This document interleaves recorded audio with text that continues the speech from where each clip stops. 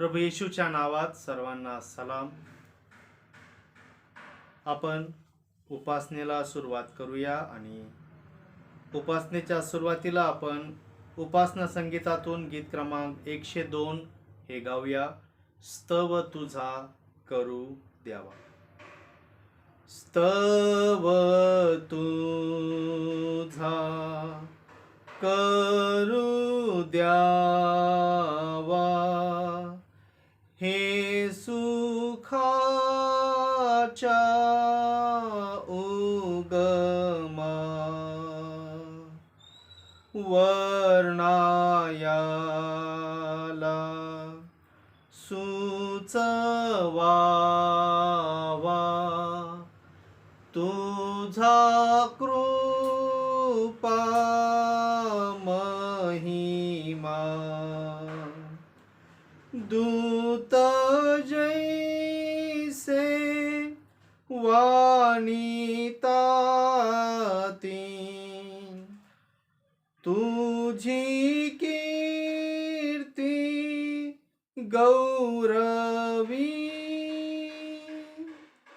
मला तैशी देव प्रीती वंदायाला शिकवी, मज भ्रष्टा पाहुनिया प्रभु ख्रिस्ते शोधिले, तारणाला योजुनिया रुधिराला ओतिले, देवा तुझ्या प्रेरणेने सुखी मी येथवरी, तव मोठ्या करुणेने पोचवी मलावरी, नित्य मार्गी चालायाला तव साह्य वरितो, मम अंत करणाला प्रेमे ओढी प्रार्थितो, पथ सोडू न देताना, मन माझे स्थिरावी, मला शिका मारुनिया प्रभु तुझा ठरवी.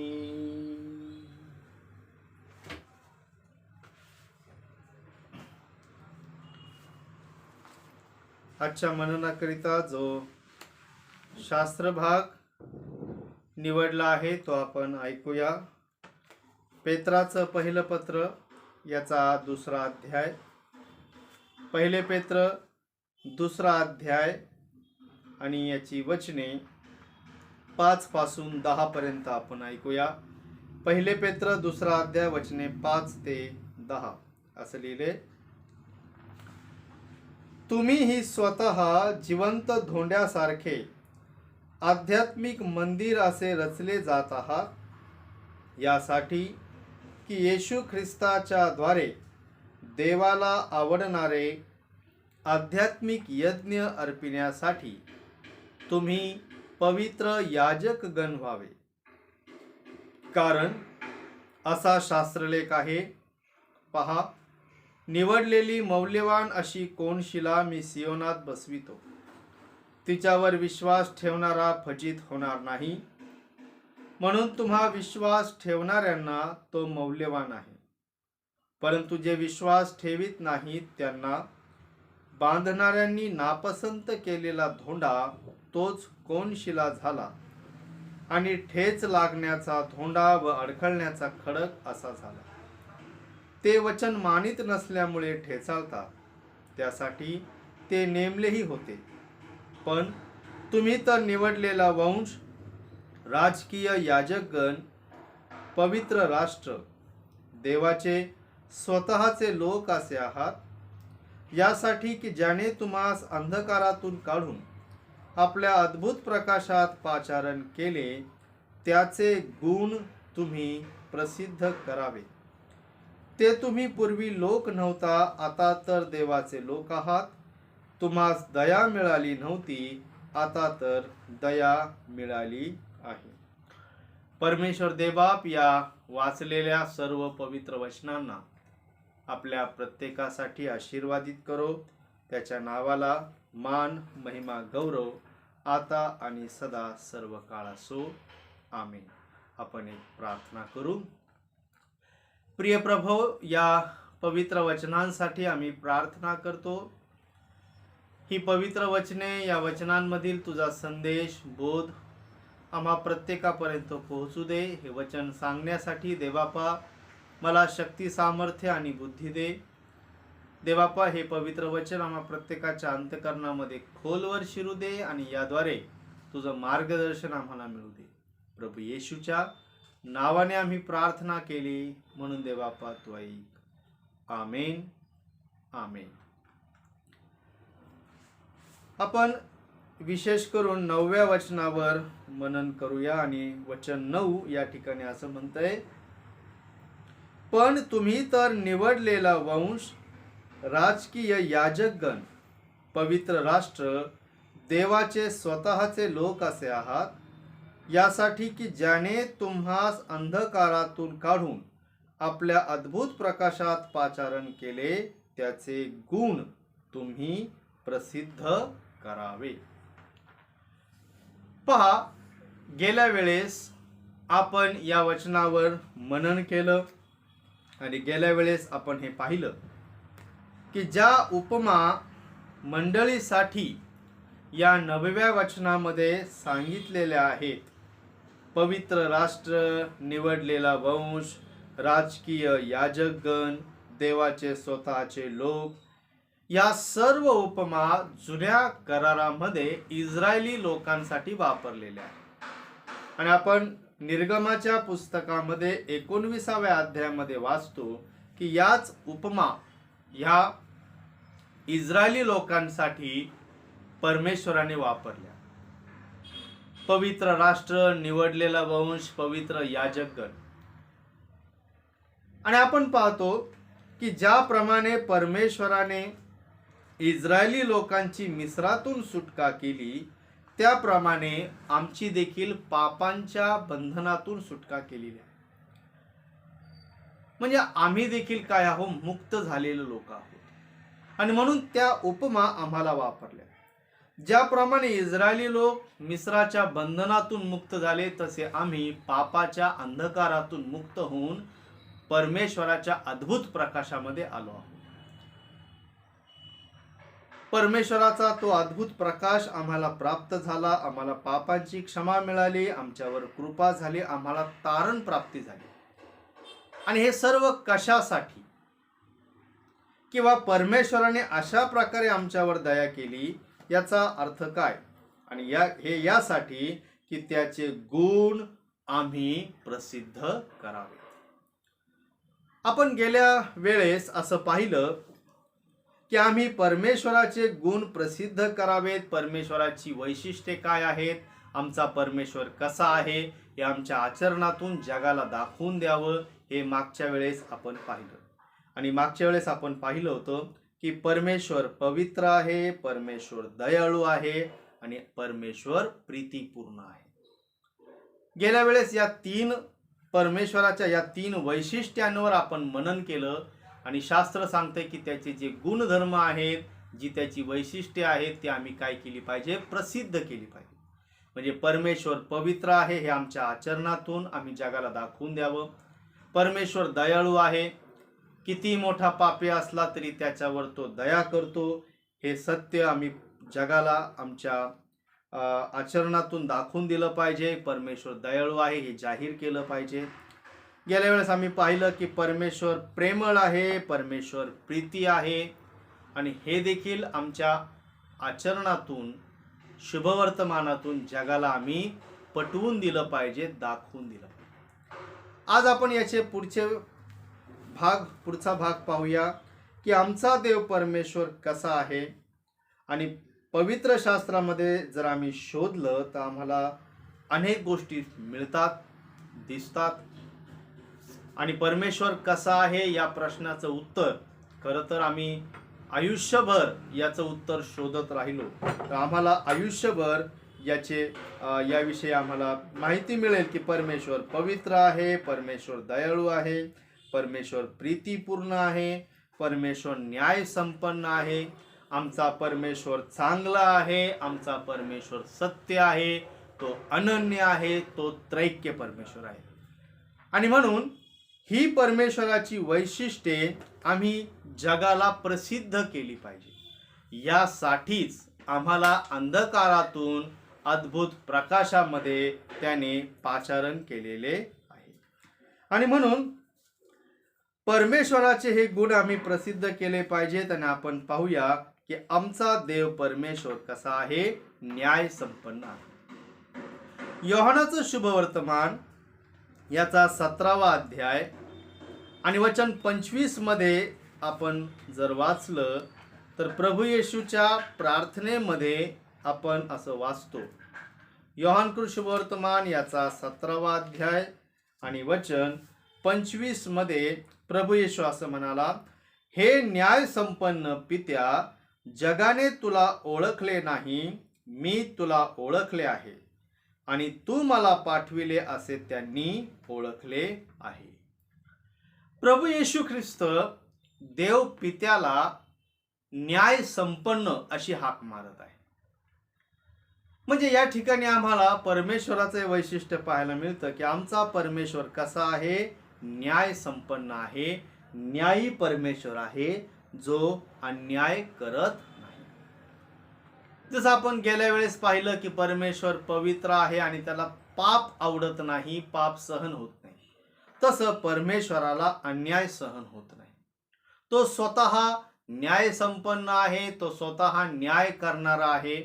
आणि म्हणून आम्ही देखील कधी कोणावर अन्याय करू नये, आम्ही देखील न्यायानेच वागावे ही परमेश्वराची इच्छा आहे. आणि ज्यावेळेस आम्ही स्वतः न्यायाने वागू त्यावेळेस आमचा देव न्याय संपन्न आहे हे जगाला आपोआप समजेल. आणि हे खरंच खूप महत्वाचं आहे. परमेश्वर न्याय संपन्न आहे हे पवित्र शास्त्रामध्ये आपण अनेक उदाहरणांमधून पाहतो. ज्यांच्यावर अन्याय झाला त्यांना परमेश्वराने सहाय्य केलं. जसं आपण पाहतो जुन्या करारामध्ये योसेफ, याकोबाचा मुलगा योसेफ, याच्याविषयी आपण पवित्र बायबलमध्ये काय पाहतो की या योसेफावर त्याच्या भावांनी अन्याय केला. योसेफावर त्याच्या भावांनी अन्याय केला. आणि योसेफावर झालेला हा अन्याय परमेश्वराला आवडलेला नाही. आपण पाहतो की योसेफावर त्याच्या भावांनी अन्याय केला, त्याला विकलं, आणि त्यानंतर हा योसेफ मिसर देशामध्ये गुलाम म्हणून राहिला. त्या ठिकाणी तो खूप हालापेष्टा सहन करत होता.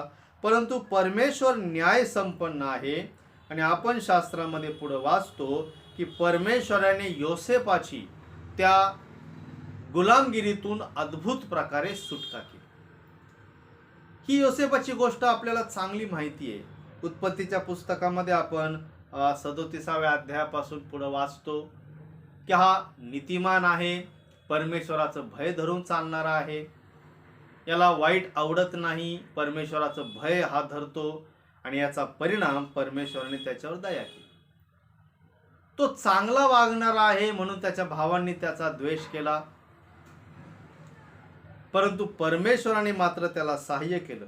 आणि आपण या गोष्टीचा शेवट पाहतो की हा योसेफ ज्याने गुलाम म्हणून त्या मिस्र देशामध्ये प्रवेश केला, हा योसेफ त्या मिस्राचा अधिपती बनला. कारण परमेश्वर न्याय संपन्न आहे, तो अन्याय होऊ देत नाही. ज्यांच्यावर अन्याय होतो त्यांच्या बाजूने परमेश्वर असतो. आणि म्हणून परमेश्वर न्याय संपन्न आहे, त्याप्रमाणे आपणही न्यायी वृत्तीने चाललं पाहिजे. मी एका पुस्तकामध्ये असं वाचलं,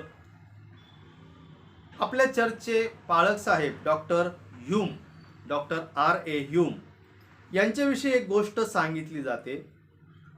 आणि ती गोष्ट अशी आहे की एकदा थंडीच्या दिवसांमध्ये ह्यूम साहेब रस्त्याने चाललेले होते आणि रस्त्याने जात असताना एक भिकारी त्या ठिकाणी रस्त्यावर बसलेला होता. त्याच्याकडं काही साधन नव्हतं, तो थंडीमध्ये त्या ठिकाणी बसलेला होता, त्याच्याकडं ब्लँकेट वगैरे काही नव्हतं. आणि मग ह्यूम साहेबांनी ज्यावेळेस ते पाहिलं त्यावेळेस त्यांनी पटकन आपल्या अंगातलं एक वुलनचं जॅकेट ते काढलं आणि त्या भिकाऱ्याला दिलं. कारण थंडीमध्ये त्याला त्रास होत होता आणि पाळक साहेबांना ते पाहवलं नाही. त्यांनी पटकन आपला कोट काढला आणि त्या भिकाऱ्याला दिला. त्यांनी देखील तो घेतला, देवाचे आभार मानले. परंतु ज्यावेळेस थोडं पुढं ते आले त्यावेळेस त्यांना प्रश्न पडला की आता घरी गेल्यानंतर पत्नीने जर विचारलं कोटाचं काय केलं तर तिला काय सांगावं. आता त्या देखील मिशनरीज होत्या, परंतु शेवटी त्या पत्नी होत्या. आणि ह्यूम साहेब जरी मिशनरी होते तरी ते एक पती होते. आणि त्यांना हा प्रश्न पडला की आता पत्नीला काय सांगावं. आणि म्हणून ते परत गेले. आणि परत गेल्यानंतर त्यांनी त्या भिकाऱ्याला असं सांगितलं की मी तुला या कोटाचे पैसे देतो, हा कोट मला परत दे, आणि जे पैसे मी तुला देईन त्यामध्ये स्वतःसाठी एक ब्लँकेट तू घे. आणि त्यांचाच कोट त्या भिकाऱ्याने पटकन देऊन टाकला, कारण तो म्हणाला हा तुमचाच आहे. परंतु त्यांनी रीतसर ह्यूम साहेबांनी त्या भिकाऱ्याला त्याचे पैसे दिले आणि त्याला सांगितलं की याच्यातून तू काय कर, ब्लँकेट घे. म्हणजे जणू काय तो दिलेला कोट त्यांनी परत घेतला. म्हणजे काय, ही न्यायी वृत्ती आम्हा प्रत्येकामध्ये असावी ही परमेश्वराची इच्छा आहे. कारण स्वतः परमेश्वर न्याय संपन्न आहे आणि आम्ही कधी कोणावर अन्याय करू नये ही देवाची इच्छा आहे. आमच्या न्यायी वागण्यातूनच, आमच्या न्यायी आचरणातूनच आमचा देव न्यायी आहे हे जगाला समजेल. आणि म्हणून आपण शास्त्रामध्ये हे अनेक ठिकाणी पाहतो की परमेश्वर न्याय संपन्न आहे. दुसरं उदाहरण जर आपण पाहिलं तर आपण शौलाचं उदाहरण पाहतो की ह्या शौलाने नेहमी दाविदाचा द्वेष केला. दावीद हा अभिषिक्त होता आणि आपण पाहतो की दाविदाचा शमूएल संदेष्टाने त्या ठिकाणी अभिषेक केलेला होता आणि संपूर्ण इस्रायलला हे माहिती होतं की दावीद हा भावी राजा आहे. परंतु शौल हे मान्य करत नव्हता. दावीद हा भावी काळातील राजा आहे हे इस्रायलला समजलेलं होतं. आणि ज्यावेळेस दाविदाने गल्ल्याथाला मारलं त्यावेळेस इस्रायली लोकांनी हे कबूल केलं. दाविदाला त्यांनी अप्रत्यक्ष राजा म्हणून त्या ठिकाणी जाहीर देखील केलं की शौलाने हजारो व दिले, दाविदाने लाखो व दिले.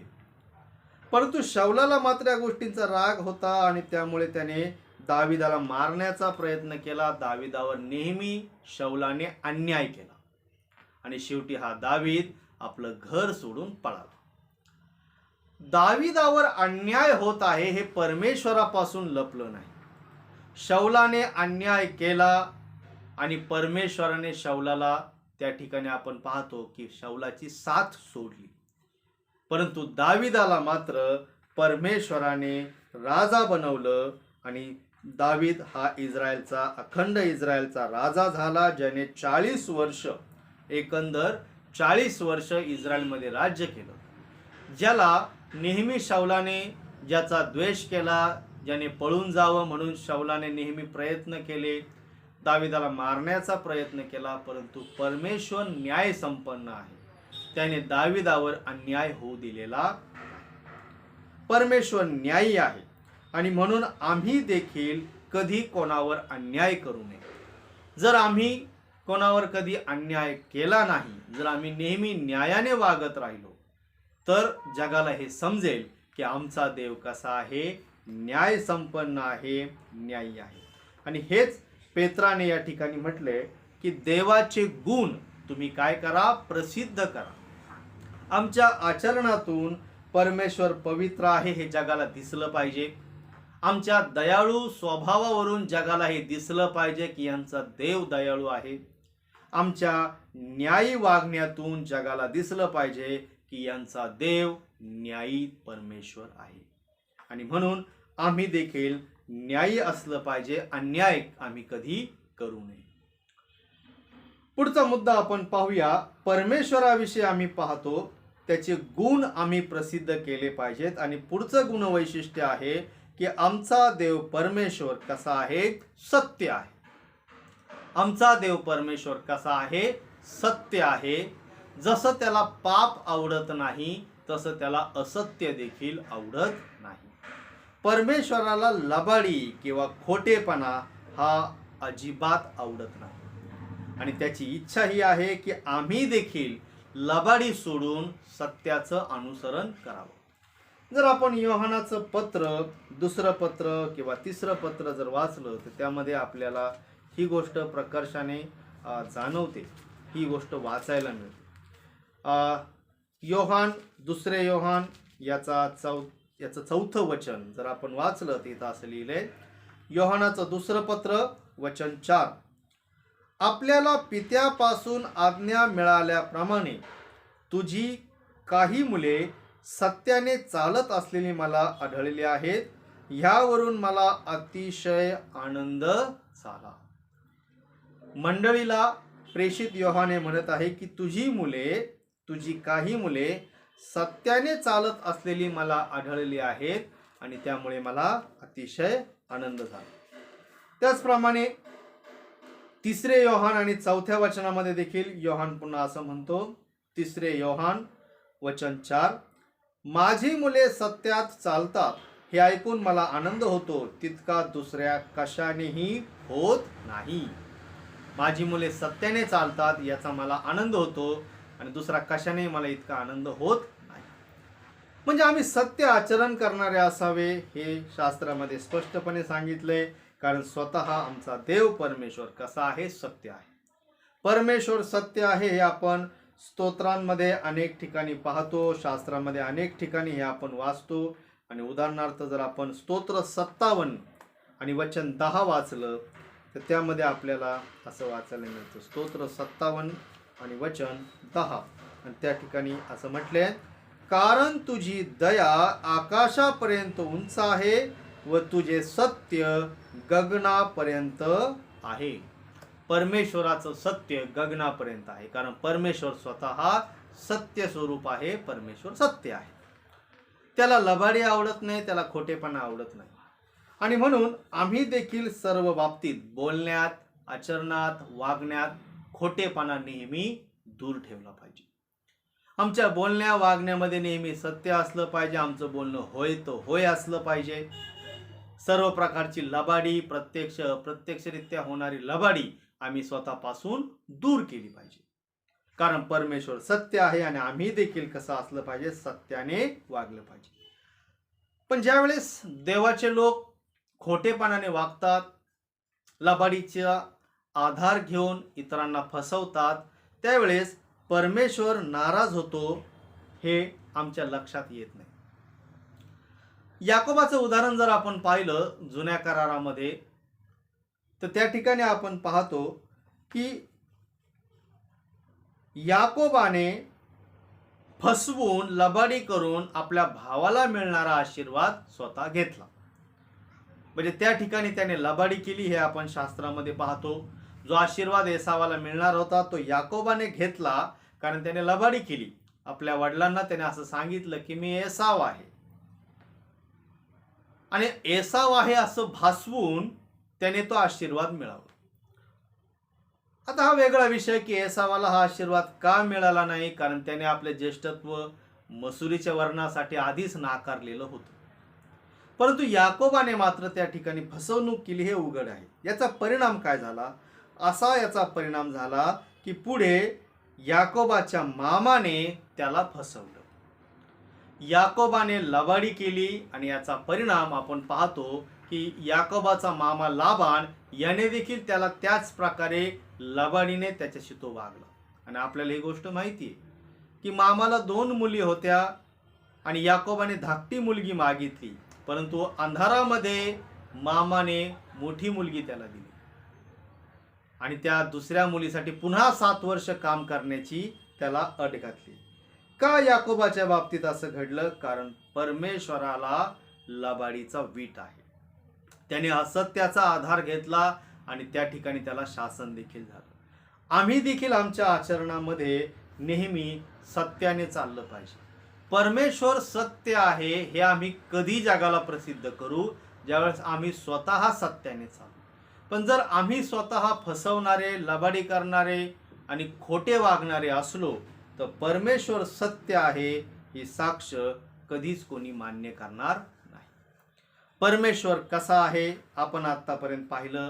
परमेश्वर पवित्र आहे, परमेश्वर दयाळू आहे, परमेश्वर प्रीतीपूर्ण आहे, प्रेम स्वरूप आहे, परमेश्वर न्याय संपन्न आहे, परमेश्वर सत्य आहे. आणि आणखी आम्ही याविषयी बराच विचार करू शकतो. परमेश्वर चांगला आहे. कसा आहे? चांगला आहे. परमेश्वर चांगला आहे आणि हे शास्त्रामध्ये आपण वाचतो. स्तोत्र 100 आणि 5 मध्ये देखील आपण वाचतो परमेश्वर चांगला आहे. आणि म्हणून परमेश्वर चांगला आहे हा परमेश्वराचा गुण आम्ही जगाला प्रसिद्ध केला पाहिजे. त्यासाठी आम्ही स्वतः चांगुलपणाने वागलं पाहिजे. आमचा देव चांगला आहे हे आम्ही शास्त्रामध्ये अनेक ठिकाणी वाचतो, पाहतो आणि देवाचे लोक याच प्रकारे चालत होते. दाविदाने राजा झाल्यानंतर आपण पाहतो राजा होण्यापूर्वी शौलाचा मुलगा योनाथान याला असं वचन दिलं होतं की मी राजा होईन त्यावेळेस तुझ्यावर, तुझ्या घरावर कृपा करेल. योनाथानाने दाविदाकडून असं बोलून घेतलं होतं. आणि आपण पाहतो की ज्या वेळेस दावीद राजा झाला त्यावेळेस योनाथान अस्तित्वात नव्हता, हयात नव्हता. परंतु दाविदाने दरबारामध्ये हे जाहीर केलं की योनाथानाच्या घराण्यातलं जर कोणी असेल तर त्याला पुढे आणा, म्हणजे मी त्याच्यावर दया करीन. कारण त्याच्या वडिलांना, त्याच्या बापाला मी असं वचन दिलं. आणि आपण पाहतो की एका लंगड्या मुलाला त्यांनी पुढे आणलं. योनाथानाचा मुलगा ज्याचं नाव होतं मफीबोशेत, त्याला लोकांनी पुढे आणलं आणि दाविदाने योनाथानाची सगळी जमीन या मफीबोशेताला देऊन टाकली आणि त्याला सांगितलं की तू रोज माझ्या पंक्तीला जेवायला बसायचं. दावीद चांगुलपणाने वागला आणि म्हणून परमेश्वराचं त्या ठिकाणी गौरव झालं. इस्रायलच्या देवाचं लोकांनी गौरव केलं. का? कारण दाविदाच्या चांगुलपणातून देव चांगला आहे ही साक्ष इस्रायली लोकांना पटली. आणि म्हणून आम्ही देखील आमच्या आचरणातून हे दाखवून दिलं पाहिजे की परमेश्वर चांगला आहे आणि त्यासाठी आम्ही कधीही कोणाचं वाईट करू नये.